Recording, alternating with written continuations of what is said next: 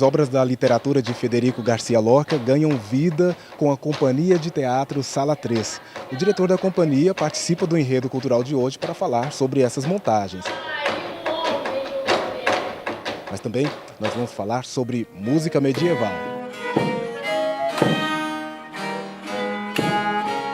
E também visitamos uma feira que, mais do que expor trabalhos e promover o encontro entre o artista e o público, quer provocar o mercado das artes visuais na região.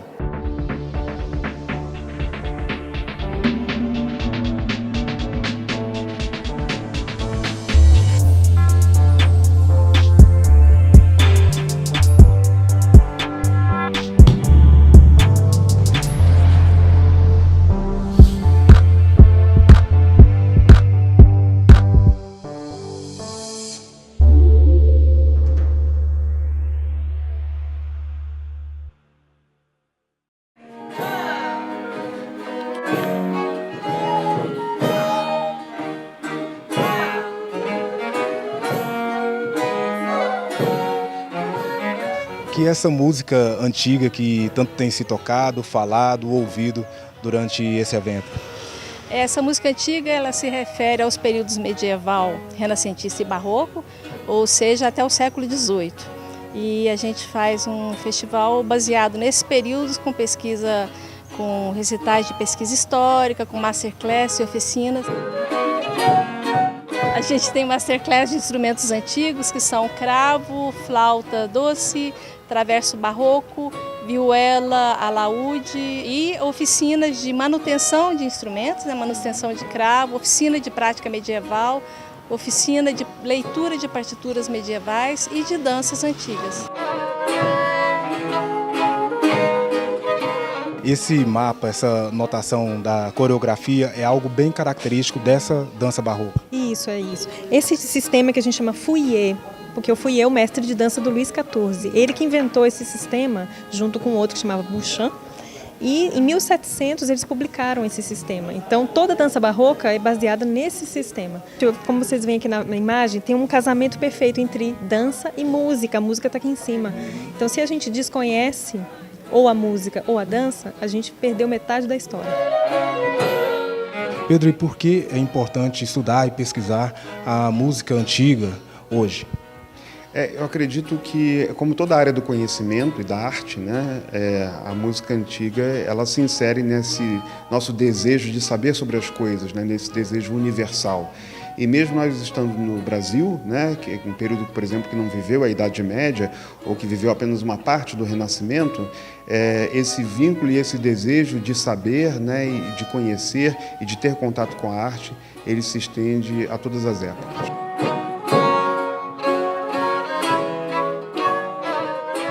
É possível a gente pensar na música medieval sem pensar nesses instrumentos? É possível, mas não é possível da gente pensar nessa música com um caráter mais próximo do que era feito.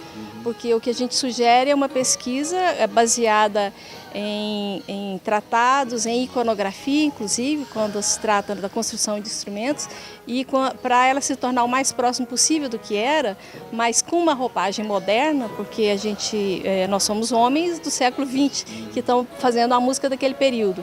Então, essa mistura é o que a gente faz com os nossos ouvidos modernos e o instrumentário e a pesquisa nos tratados antigos.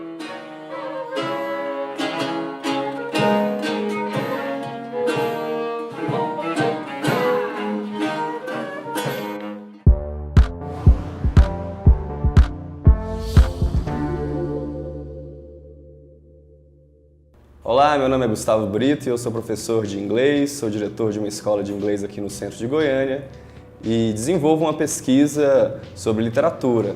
O tema de hoje é literatura africana.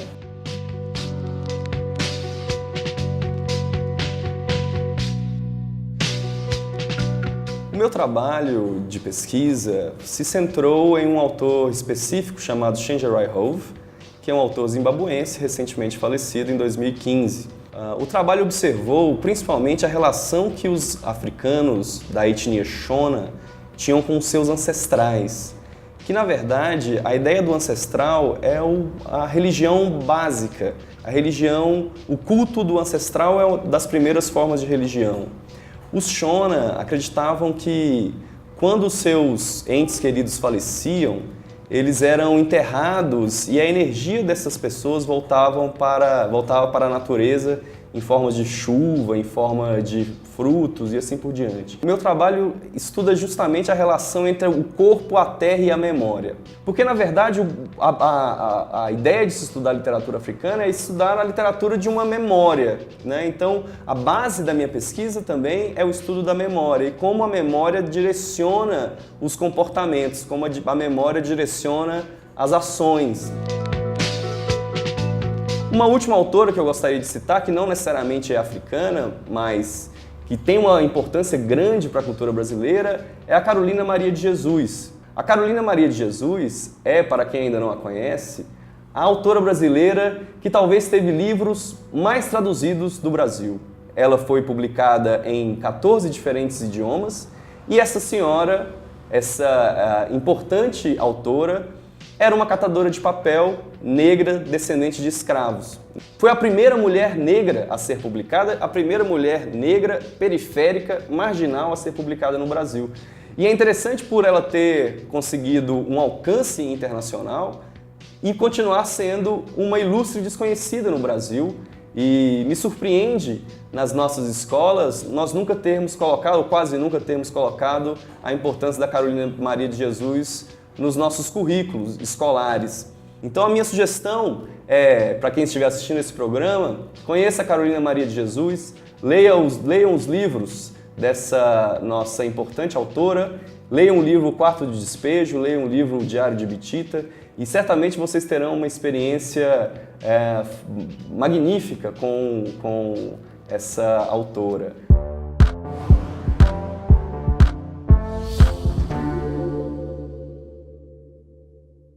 Veiga Vale, Octo Marx, Frei Confalone, são nomes que hoje fazem parte da história das artes goianas e desde o século passado, com suas obras, contribuem com um mercado que não parou de crescer. No próximo bloco, é desse assunto que nós vamos falar. Não saia daí.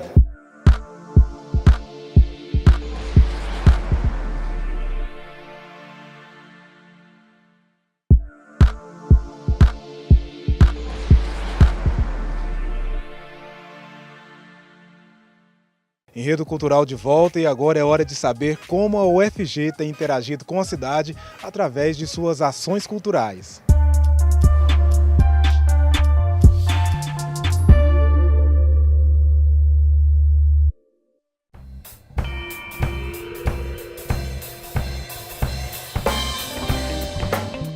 Olá, eu sou Júlia Mariano, eu sou professora do curso de Cinema e Audiovisual da Universidade Estadual de Goiás e sou servidora do Media Lab aqui da UFG.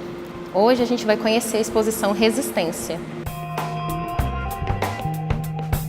Faz parte de um projeto de extensão da UFG, da Faculdade de Educação Física e Dança, que é o projeto Dançando com a Diferença, e faz parte de um projeto de extensão da Universidade Estadual de Goiás também.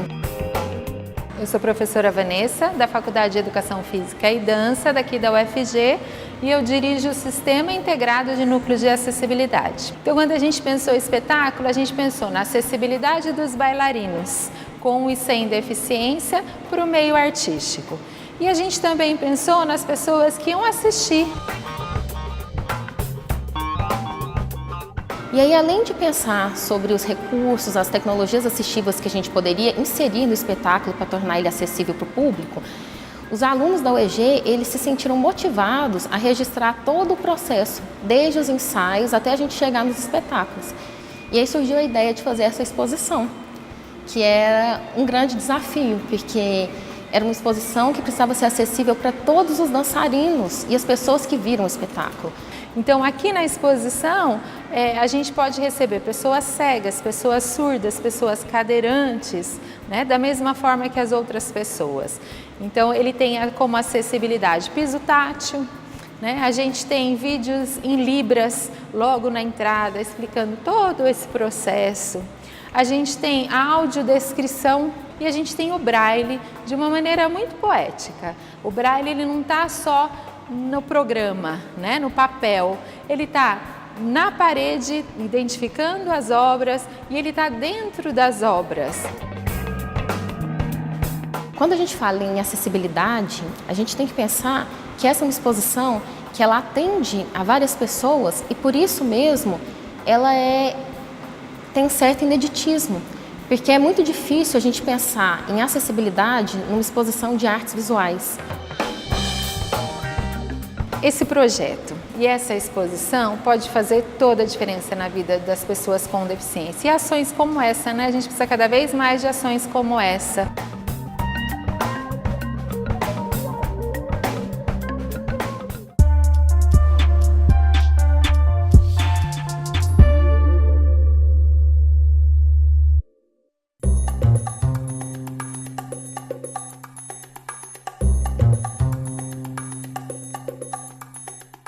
Sandro, o que a gente encontra numa feira de artes como essa que nós estamos, a Fargo? A ideia da feira é que aqui você encontre produtos e serviços que estão na órbita das artes visuais, que fazem parte dessa cadeia produtiva das artes. Não é? Então, não só a obra de arte pronta, mas o fornecedor de material, a molduraria, a gráfica. Então, quer dizer, e o profissional que faz montagem, discografia, o curador, o crítico, o jornalista cultural.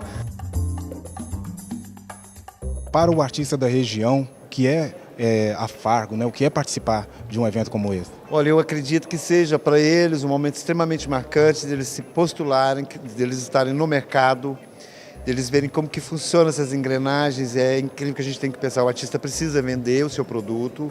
Eu acho que é muito importante para os goianos e para os artistas goianos tomar contato com essa feira, onde vários galeristas do Brasil inteiro estão expondo. É uma oportunidade comercial, mas também cultural, para a gente poder contribuir com o desenvolvimento do Centro-Oeste e, de uma forma geral, do mercado inteiro de arte do Brasil.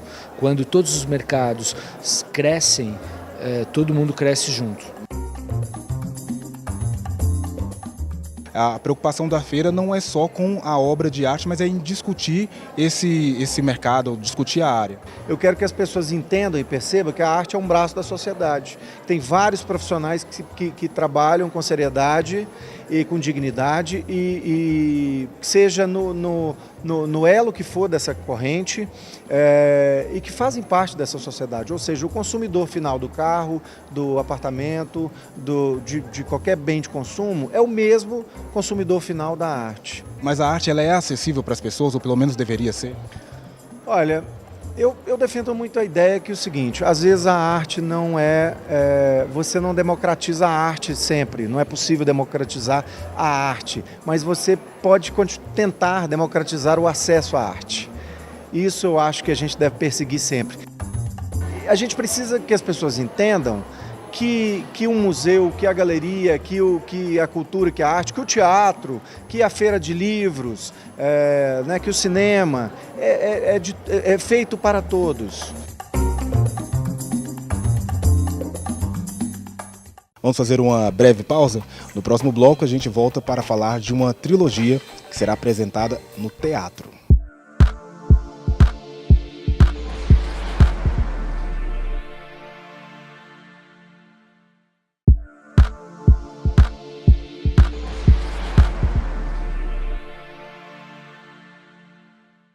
Estamos de volta com o Enredo Cultural e agora nós vamos conhecer a história de Samuel Baldani, diretor de teatro do Grupo Guará.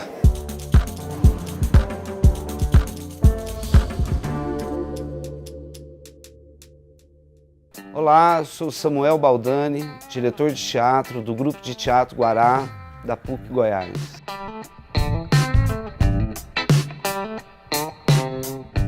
Eu cresci, de uma certa forma, sempre envolvido com alguma atividade, né, assim, artística. Dentro da igreja mesmo, sempre você canta, você representa. E depois, nas atividades escolares, eu sempre estava ali participando das iniciativas que se tinham no primeiro grau, segundo grau. E na própria universidade, que foi quando eu me envolvi mais. E eu queria trabalhar com teatro. Na realidade, eu queria estar atuando. E aí, como eu puxava as pessoas para desenvolver algum trabalho, aí acabou que eu fui assumindo esse lugar da direção. A figura essencial no teatro não é nem o diretor, é o ator. Então, acho que até é por isso que eu valorizo muito o trabalho do ator. Acho que eu poderia ser descartado, o cenário, o figurino, mas jamais no teatro se descartaria a presença do ator. Quando eu toco na questão das peças, eu não posso deixar de falar da minha relação com o teatro popular, com a comédia dell'arte, com o Ariano Suassuna. Porque o meu trabalho cênico passa pela obra do Ariano, que são as principais montagens do Grupo Guará, e a minha relação com o Grupo Guará, né? E acho que nesse trabalho de diretor, o próprio curso da psicologia eu acho que me ajuda muito, até mesmo para não ficar psicologizando esse momento. Eu sempre tive um envolvimento com alguma linguagem. Eu tenho um curso técnico de publicidade, então, segundo grau, sempre escrevi muito, desenhava muito, sempre gostei muito de música. E eu acho que esses elementos me ajudaram muito nesse local, nessa postura de direção.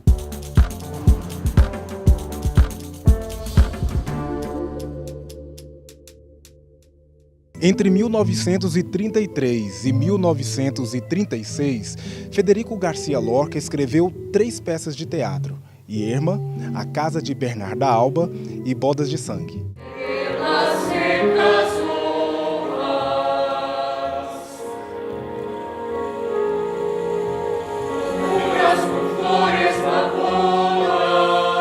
Altair, como surgiu a ideia de fazer esse projeto, essa trilogia? Na verdade, há 15 anos atrás existia um festival chamado Poesia Encenada, um festival que era feito pela Federação de Teatro de Goiás. Foi a primeira vez que eu tive o primeiro contato com o Lorca. E muito encantado pela dramaturgia dele e pela poesia, que é uma coisa que me tocava profundamente. E aí eu falei, nossa, eu tenho que realizar esse trabalho. Eu comecei a fazer alguns espetáculos menores do Lorca e aí decidi, falei assim, não, agora eu já estou pronto, preparado para fazer as obras clássicas dele. Como eu conheço melhores amigos, tenho muita gente da música, eu sempre me aproximei muito da música. E a estética é algo que eu acho que para a obra do Lorca, que tem tão cheio de símbolos, eu acho que nada melhor do que trazer também esses símbolos visuais e diferentes. Observando essas 3 histórias, que tipo de sentimento que você tem, pensando no nosso contexto, né, atual? É tão contemporâneo o que se passa, né, lá em 1930, né, a opressão, uma opressão terrível contra as mulheres, né?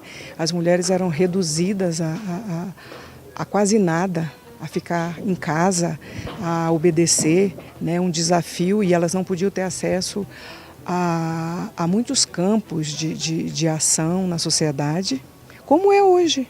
Vão fazer 70 anos que essas obras foram escritas e a gente ainda vê casamentos arranjados, a gente vê Bodas de Sangue, que fala sobre essa questão dos triângulos amorosos que acabam em morte, né? Essa questão da posse e da não posse.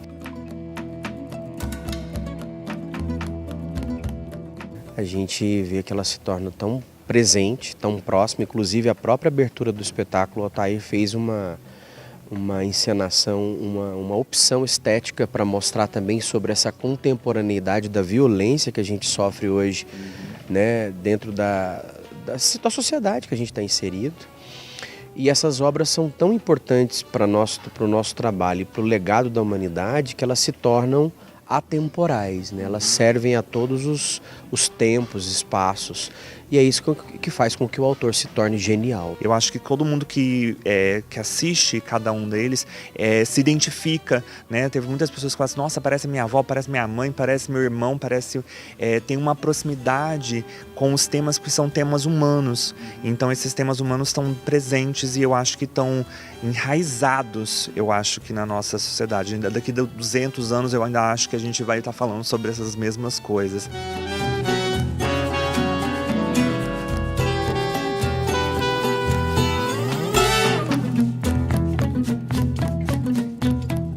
O episódio de hoje fica por aqui, mas você sabe, todas as produções da TV UFG estão disponíveis no nosso site, que aliás está de cara nova. Dê uma conferida também em nossas redes sociais e na próxima semana nos encontramos novamente por aqui. Tchau, tchau.